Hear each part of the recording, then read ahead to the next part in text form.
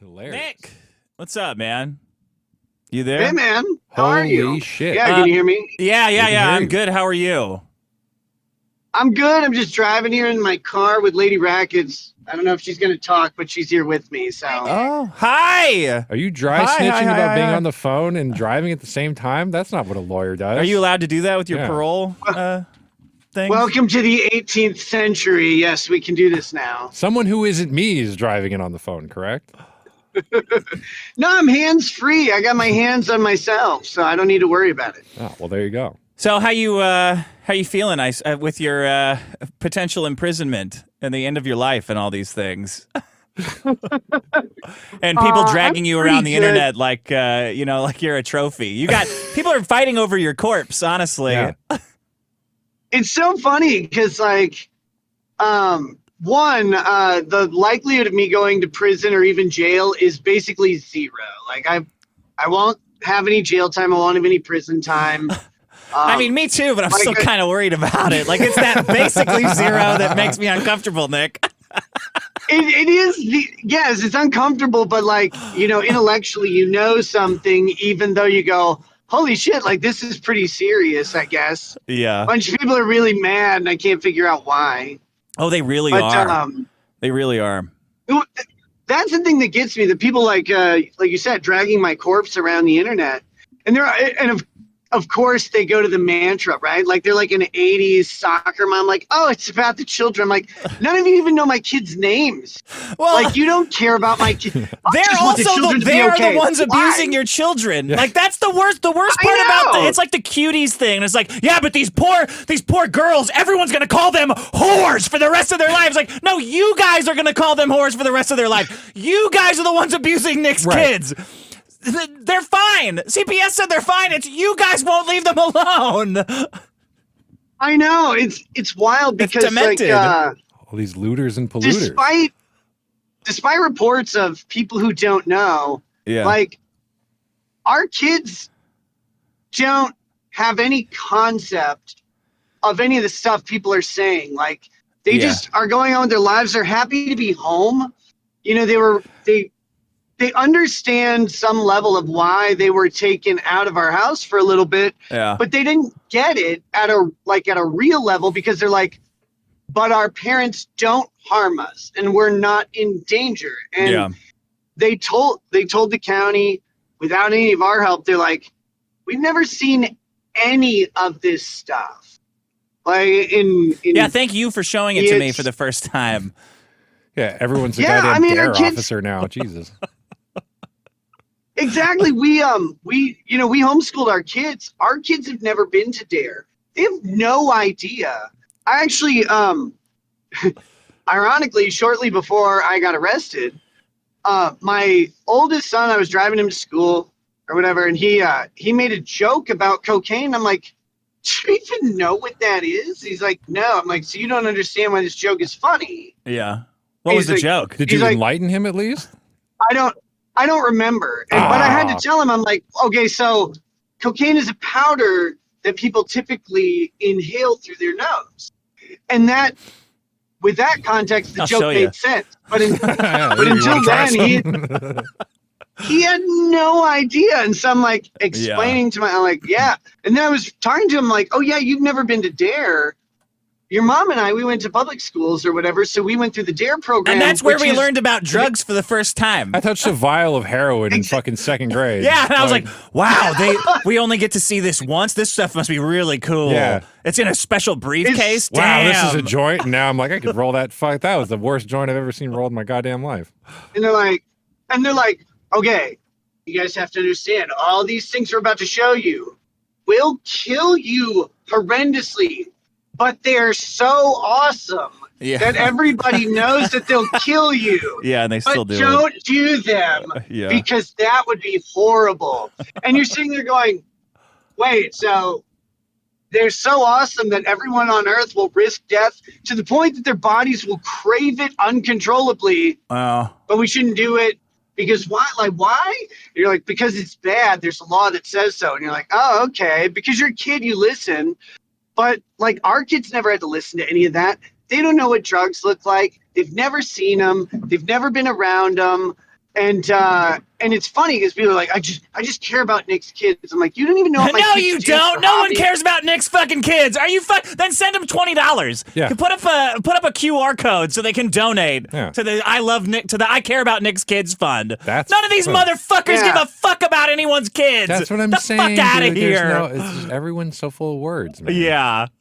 I don't care about their kids. Like, I don't know their kids' names. We weren't that close. And everybody's like, oh, I was Nick's friend, blah, blah. Like, you clearly weren't. You don't know any, like, you don't know anything about you me. for everything. Like, I saw some of your lawyer friends talking about, or joking. They were joking about how you didn't pay them any money from the Rittenhouse trial.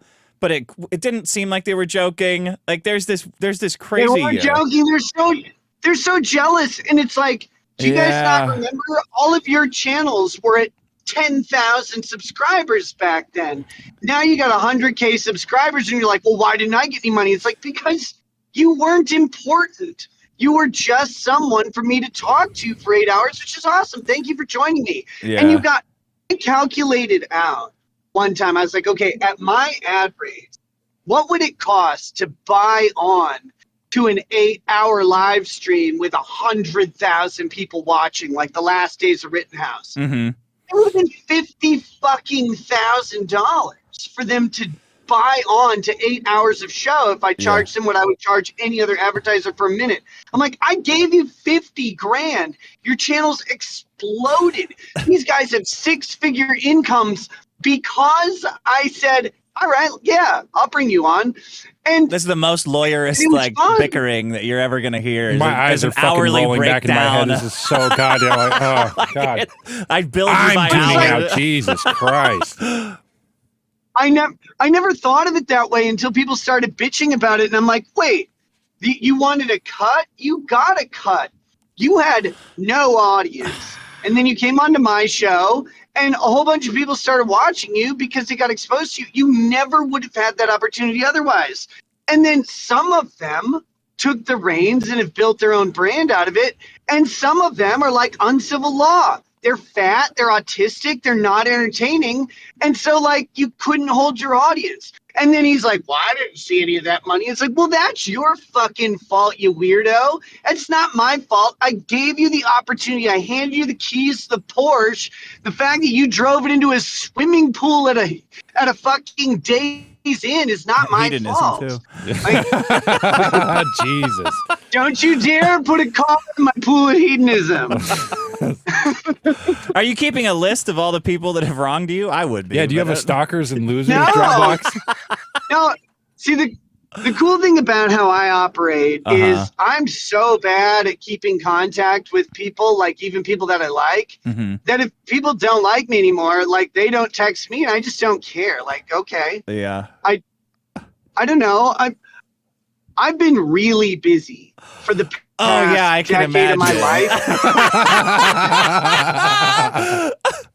But like I'm occupied, so I get distracted. I have ADHD, and if I don't consciously make an effort to reach out to someone and they don't reach out to me, I lose touch with them really quick, and like I feel bad about it, except I've learned to not, because none of these people were ever pissed that I wasn't in contact with them. They're just performatively pissed about something that had nothing to do with any of them.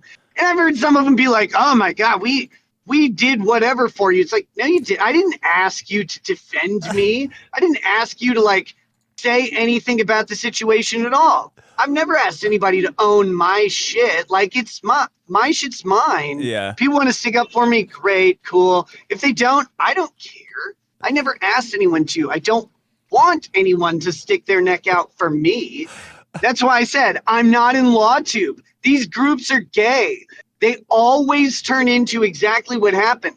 It's just they pulled me in and made me LawTube by proxy because I've been hamstrung on talking. Yeah. Are you? So you had your plea hearing? I don't know what they call it. The plea hearing?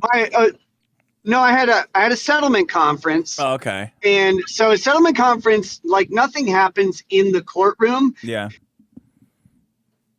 The prosecution, the defense, to come to the courthouse and try and reach an agreement. Okay. We didn't reach an agreement but we're really damn close. You're really close. And yeah, my that's why we scheduled another one. My next conference is on the 17th.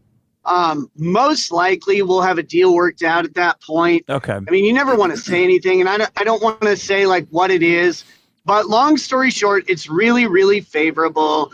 It's really reasonable. And this is the thing that's pissed me off about this whole situation.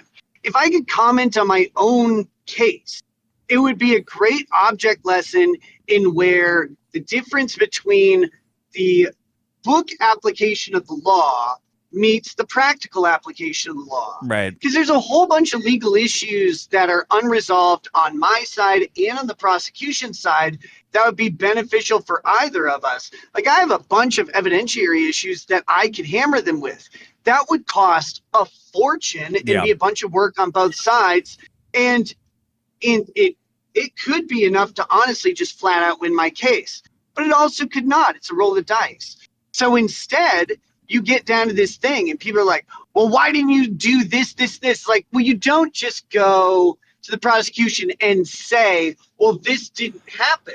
And them go, oh, our bad. Sorry. Yeah. Like, you have to do it through the court procedure. So rather than do that, the practical application is, well, let's figure out how to make a deal that works where you recognize that there's punishment for whatever you did. I mean, it sounds like buying a used car. Like at some point, it stops sounding like justice at all, and it just sounds like, hey, what can we do to make you have to be What's embarrassed? The easiest way out of this? Yeah. Like, wait a minute. Okay. What are we doing here? What is the purpose of this fiasco?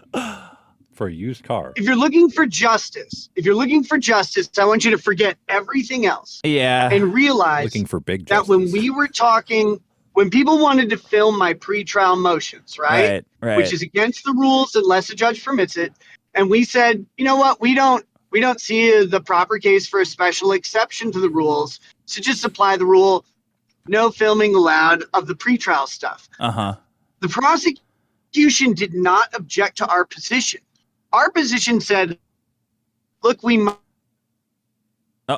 lost the child endangerment charge and all this stuff. Right. The prosecution wrote a really interesting letter to the court.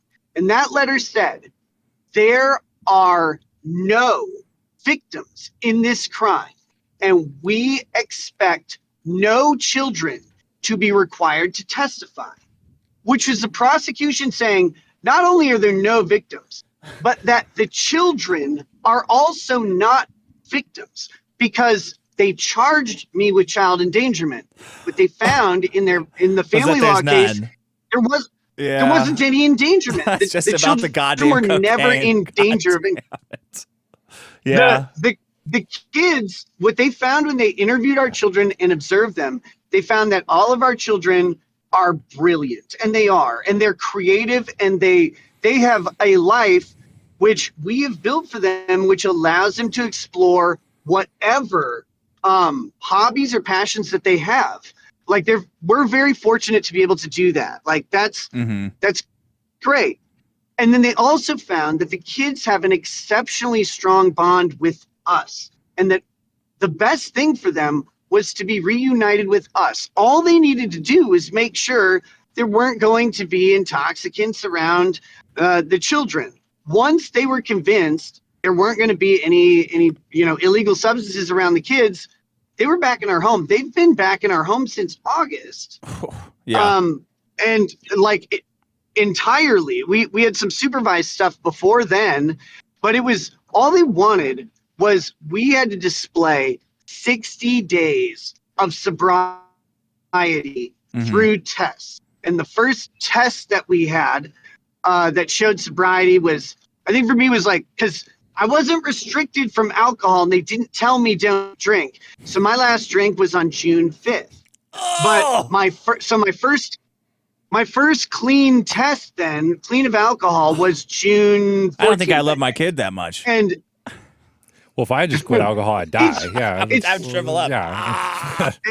No, the it's withdrawal honestly would get me. like it sounds really tough, but if the alternative is like your life is fucked forever and they take your children away, like you just don't, you go, okay, well, I just can't drink. Okay. Oh, It's not God. that big of a deal. It sucks from time to time, but you get over it real quick. Yeah, okay. So my last drink was on June 5th. My first clean test is on June 14th. So what they needed was 60 days of completely abstinent testing from that June 14th. And once we had that, kids were back in our home with us. Yeah. And that's where they wanted to be. They just needed to make sure that, like, look, they made me go to a recovery program, not rehab, but an outpatient recovery. And I'm in there with a bunch of meth addicts. And, like, they were nice enough guys or whatever, but these guys can't go to a grocery store without buying meth. And I'm sitting there going, I'm like, what grocery stores are those? I'm like, these guys are of such a different category of addiction than, like, I'm like, I like to party, but I don't need meth to survive. These guys need meth to get through a day. And you're like, holy shit. And so you go through and you're like, this is not having drugs or alcohol around is easy. Most people do it all the time. Like, most people don't have drugs in their house, right? Yeah. Mm-hmm. Like, and so people are like, oh, can you do that? It's like, well, yeah. Yeah. It's not, you're doing it now. I think I can manage. Yeah. But, like, you know, it's just, I like to do some things. I like to party and have a good time. That's the extent of it. But if you have to give that up or they take your kids, you just give that up. Like, it's fine. People just don't like that. There's other shit to do in the world. You like to have a good time? Yeah. How dare you? That's really it. What an asshole. That is the frustrating part, though. So, but yeah. I So mean, you're up looking against for guys who justice, just though. don't do anything. Like a lot of the people who hate you do absolutely nothing. Or I guess not. Oh, I mean, I know. you see that it came out that the Kino Casino went to Vegas and had like an orgy together with one of their donors where they're fucking black hookers. PPP's jacking off in the corner. And the guy who the guy who paid them to do it was like posting a weird shit about his kid on some Shotacom forum. It's like, bro, this is really degenerate what you guys are doing here. So much has happened in the 10 years since I've been on. Of course it is. Like, this is the thing. Like, everyone knows this. Money and opportunity eliminate moral boundaries. Like, they redefine how you view life. Like, it's not a good thing or a bad thing. It's just a thing. Yeah. You can't do these things when you work a 9-to-5 job. If you're Andy Worski and PPP and you get paid tens of thousands of dollars a month to sit around like dunking on people, like the people that are watching this show, like, they realize that Andy and PPP are dunking on them by proxy. Yeah. But they're like, but I still love this stuff. Like, yeah, of course. Nobody doesn't like I won't say hooker, like, who cares about hookers, but like the symptom of a hooker is you want the attention and the ego inflation. It's like someone's focused on this person for a little bit of time. That's why people hire a hooker or go to a strip club. Someone focuses on them and lies to them and makes them feel good. Everybody on earth wants that. You just don't have the money and opportunity to do it. And so, like, they get mad, but of course they're doing the same fucking things, even if they're not doing it on their phone. Like, in real life, they're doing it on their phone or in their head. Well, your shit it's so complicated, and it's so shockingly different from what a lot of people, I guess, perceived you as or wanted to perceive you as. Like, they wanted you to be this wholesome internet dad for them, and, which, like, I mean, you all are. I ever claimed to be. Yeah. And on one hand, I am a wholesome dad. Like, I'm a wholesome dad to my kids. It's great. Yeah. Like, I love them. I have a great relationship with them. I try to teach them to be better people than me forever. And, you know, I don't know how they're going to turn out as adults, but, like, that's just how you do life. And, but I never took the role of, like, trad Catholic dad. People went, oh, he homeschools 5 children. He's been in a long-term marriage with one woman. And he's a Christian. He must be this. It's like, Yeah. well, yeah, but like Christians and Jews forever, just read the Bible, have also liked partying, and everybody likes to feel like good and desired and wanted. Like anyone who denies that is a fucking liar. Like, stop. Someone who's attractive looks at you and smiles, like you smile back. You don't have to go have sex with them. It's okay. But you smile back you and eat you their feel, cum. Someone feel good smiles for at them. you. Yeah. Just sharing some hot cum over. Oh, fuck. Look, I only know one person who does that. But it's like, no, and then they, like you said, my situation's very, very complex. And it involves a whole bunch of stuff that no one has any business. Because it's like everything. It's all the degenerate stuff all together, except for maybe sports gambling. Ralph still got you beat on that, but it's all the degenerate. It's all the harmless degenerate stuff together, which is why it makes it so interesting, I think. This thing, the only victim of anything I did is me. And like, I know, I'm such a victim. No, but it's like, well, sometimes you look in the mirror and you go, well, that was fucking stupid, right? Stupid. Like, yeah, dumbass. Well, if it isn't me. well, we meet again, me. I really fucked that Here one we up, are. didn't we? Once again. Yeah.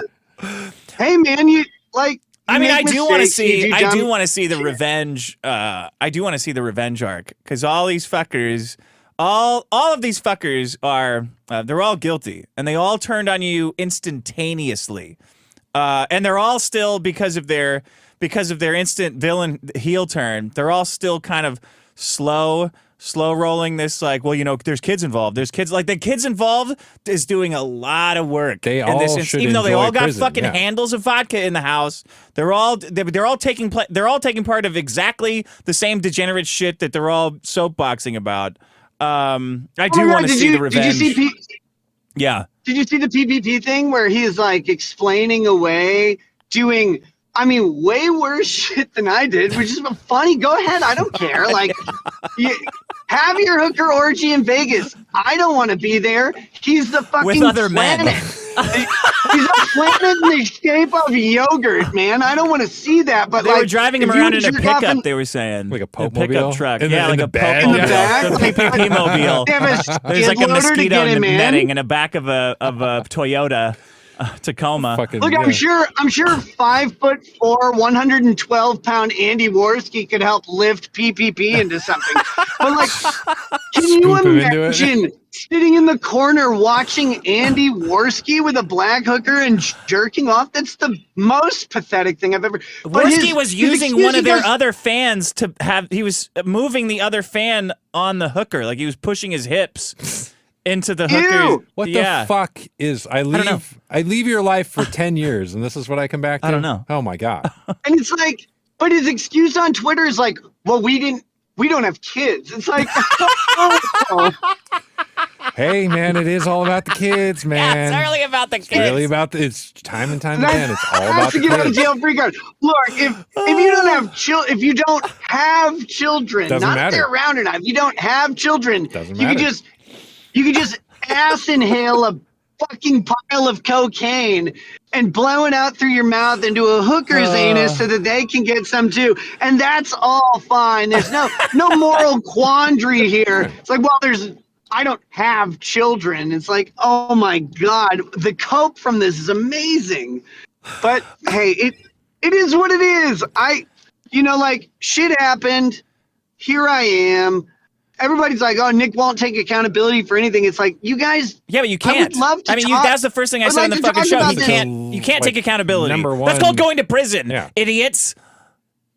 I gotta wait until my case is over, and then I can talk about my side of the story. Yeah. And like, the prosecution knows this. Can you please just everybody never say I thinks- talk about the news and I talk about my life and the news happens to be my life? Just promise me you'll never say that phrase when you come back. Oh. Holy shit! I don't. I have some choice things to say in very specific ways about my situation, but I don't. That's been my problem. Is Yeah. right now all I can think about is the shit that I'm in, and it makes it hard for me to focus on anything else. But I don't want to go on You're about breaking my up. own thing What'd and you be all say? He doesn't want a phone depressed. that I like works. to get online and hate people about something else. Say it again. I said, You're That's roboty. it. Get You're the I don't want to get on the fuck outta internet here. and have about a pressing situation. God Okay, damn it! say it again. Say the whole Fuck thing you. again. Maybe if you drove straight into a tree, it might help. I said I don't want to get online and just talk about my depressing situation, which is why I haven't been online. Yeah. I need to have it resolved so I can focus on anything else in the world. But I do have some stuff to say because a bunch of shit that should have never been in the public got put into the public, but not by me. Right. And like people are like, why'd you put your life into the public eye? I'm like, I didn't. That's what you're actually mad about. I didn't. Yeah, people call that lying. It's like I didn't lie to you. I didn't talk to you about this shit. It wasn't your business. Liars And it never was impliers. supposed to be. Yeah, it is lying. Looters and polluters.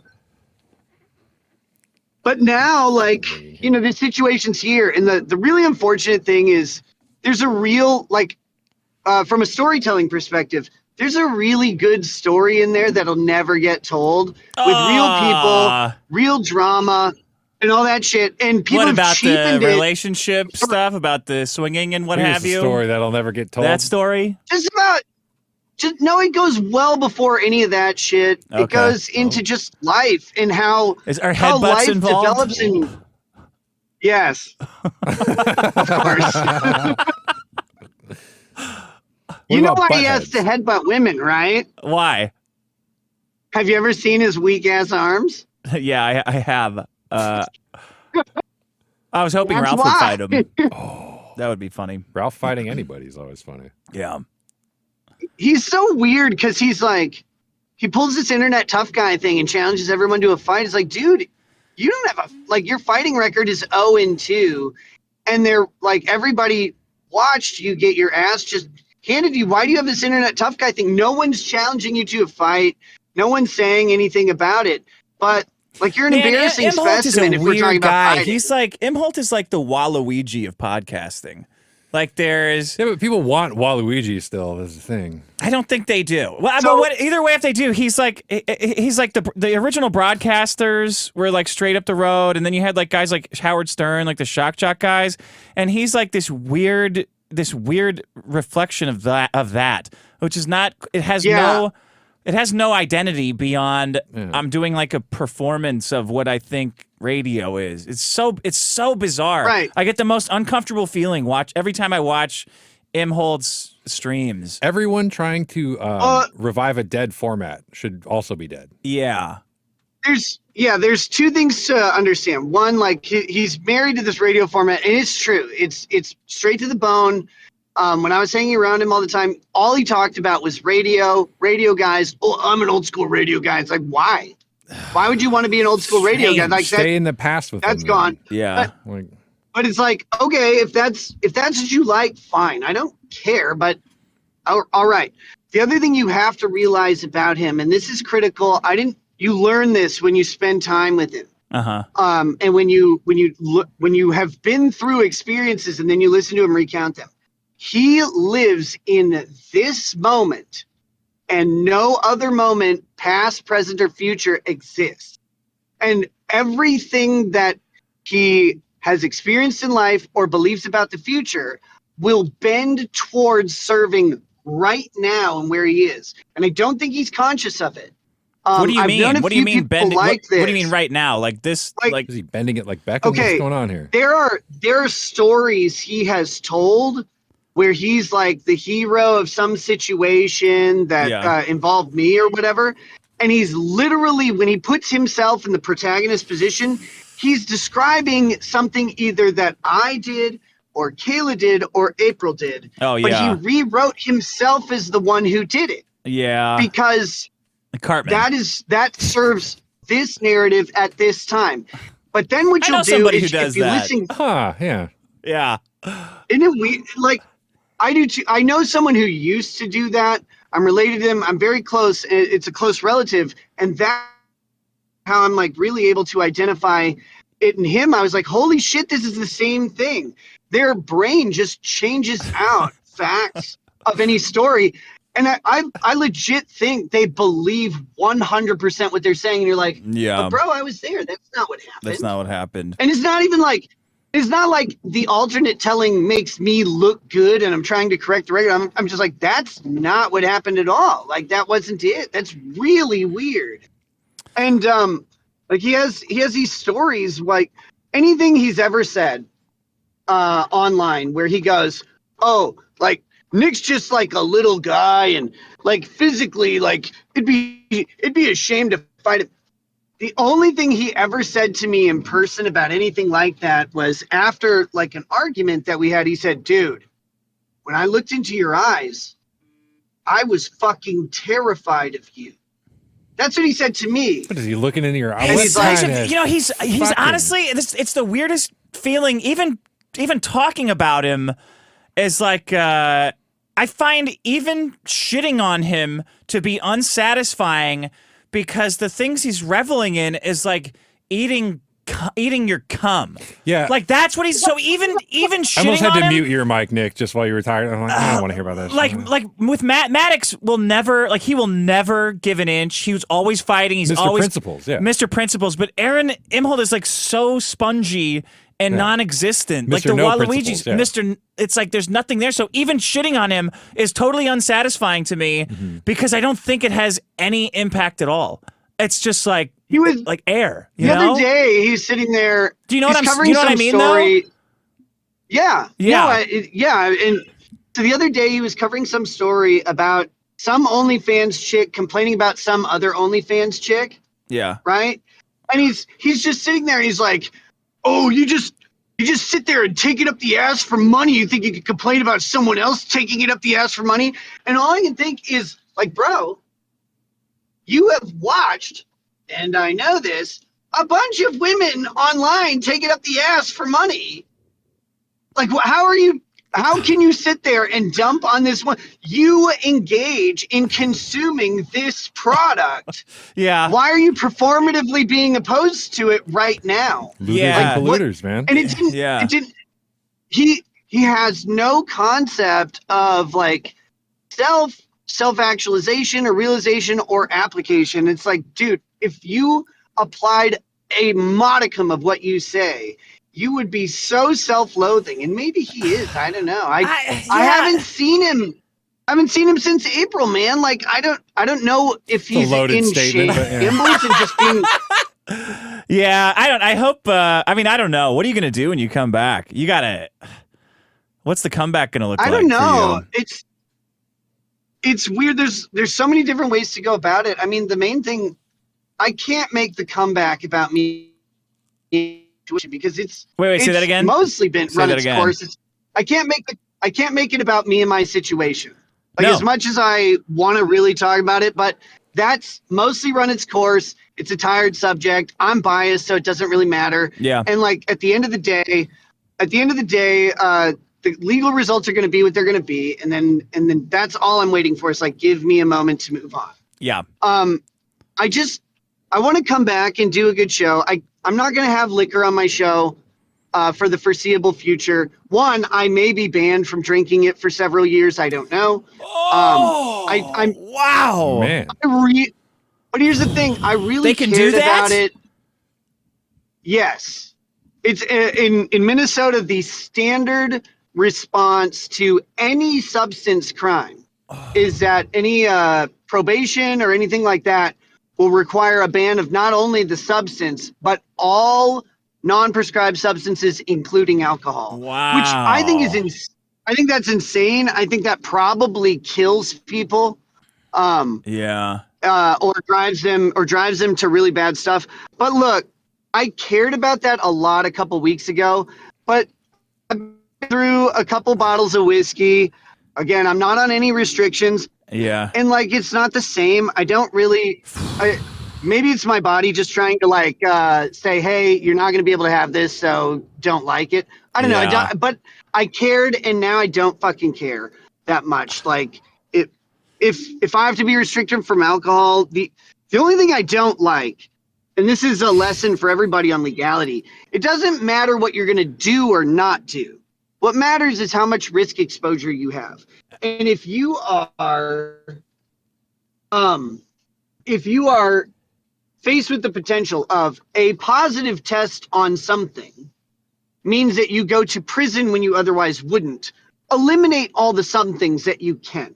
Yeah. Because those tests are not accurate. People assume that drug testing is like this really good science. Yeah. The only really decent science around it is urinalysis, which can basically test if you've done drugs in the past 48 hours. Mm-hmm. Everything else is a fucking mess when you start reading about it. It's uncertain, and there's no like counter to it. There's no proof of concept. If there's a test that says you used something and you go, but I didn't, that's all you have. There is no like counter test you can do, especially because of timelines. Like if you do your analysis test or a blood test, the results don't come back for like 6 to 8 days. Yeah. You can do instant tests, but county governments don't pay for that because it costs too much. What a fucking retarded mess this is. It's a waste of time. If something comes back though and says that, oh, you drank, and you're like, I didn't. Maybe there was vermouth in my cream sauce on my pasta or something. And you try and prove it though, but you're now 7 days away from that test, and whatever incidental alcohol you may have come into contact with, that's gone. Like, and there's no way to prove that it wasn't there. There's nothing you can do. And they can't even prove that it was there. They can just prove something happened and there was some contact for the purposes of the test. And how they test will change what that means. But everybody assumes that the science around this is good. It's really, really bad. Yeah, it's good because they're always arresting like drug users. So they got a really amazing, it's like an excuse to profile people. Like, get this guy, drug test this guy. He's obviously fucked up. Nailed it. Here's the crazy thing. If you hair follicle test every child in America, 1 in 5 of them will test positive for a controlled substance. Yeah. There's no way that 20% of children in America are doing a controlled substance. Yeah. That's not probably happening. Like 19. And well, at least 30, I was going to say, yeah. But yet, that is just a fact. And it doesn't matter what the socioeconomic status is. It doesn't matter what country you're in. It crosses all boundaries. What that tells you is that those tests have an error rate somewhere in the neighborhood of 15%. Yeah. And that's a crazy thought when you go, 1 in 7 tests that I take puts me in prison or takes my kids away.